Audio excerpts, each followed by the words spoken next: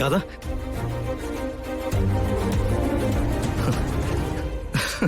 അയ്യോ അയ്യോ നവീൻ നവീൻ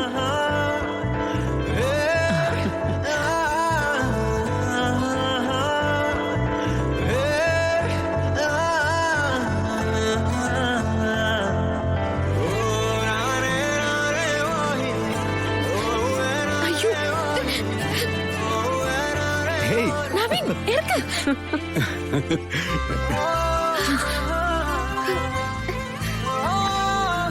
സോറി, ഞാൻ എന്റെ എക്സൈറ്റ്മെന്റോട് ചെയ്തു പോയതാ. എന്റെ എക്സൈറ്റ്മെന്റ്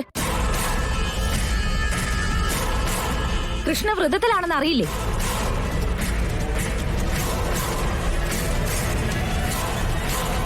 വ്രതം മുടങ്ങുന്ന കാര്യമല്ലേ ഇപ്പൊ നവീൻ ചെയ്തത്?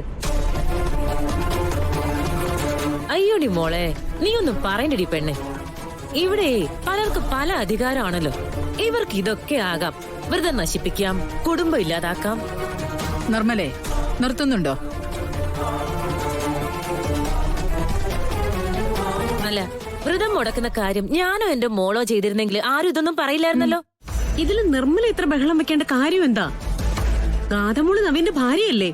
വ്രതം എടുക്കുന്നുണ്ട്, അത് സത്യം. പക്ഷെ അവനൊരു സന്തോഷം വന്നാലേ അത് പ്രകടിപ്പിക്കുന്നുണ്ട്. എന്താ കുഴപ്പം? ഹോ, എന്താണാവോ ഇത്രയും വലിയ സന്തോഷം?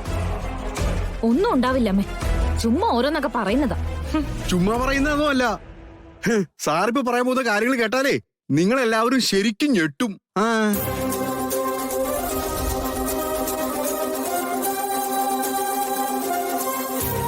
നവീൻ, എന്താടാ കാര്യം?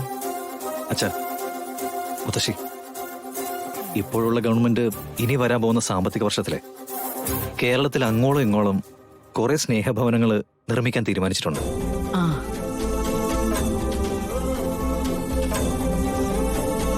അച്ഛാ, പ്രായമായിട്ടുള്ള ആളുകൾക്ക് വേണ്ടിയുള്ള ഒരു പ്രത്യേക പദ്ധതിയാണ് ഈ സ്നേഹഭവനം.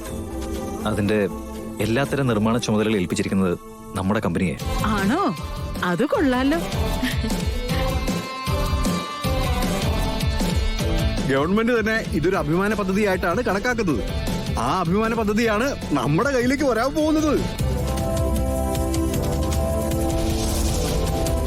നവീൻ, കൺഗ്രാറ്റ്സ്. ഇത് പത്രത്തിലും ടിവിയിലൊക്കെ വരുമല്ലോ അല്ലേ? തീർച്ചയായിട്ടും.